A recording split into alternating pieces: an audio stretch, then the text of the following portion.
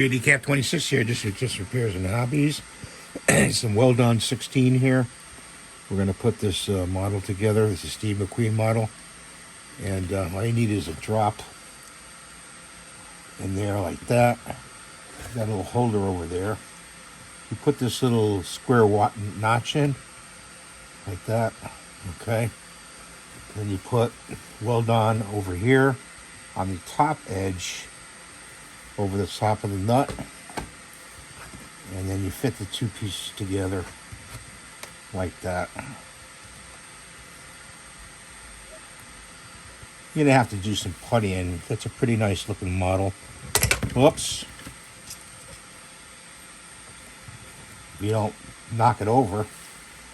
So just let it be, and it'll weld together with that weld on. I'm making a larger scale of this. In this is 1/9. I'm going to make it in 1/5. It's going to be a lot bigger.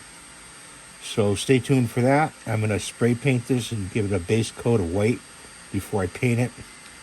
And thanks for watching. Have a great day. See you next time.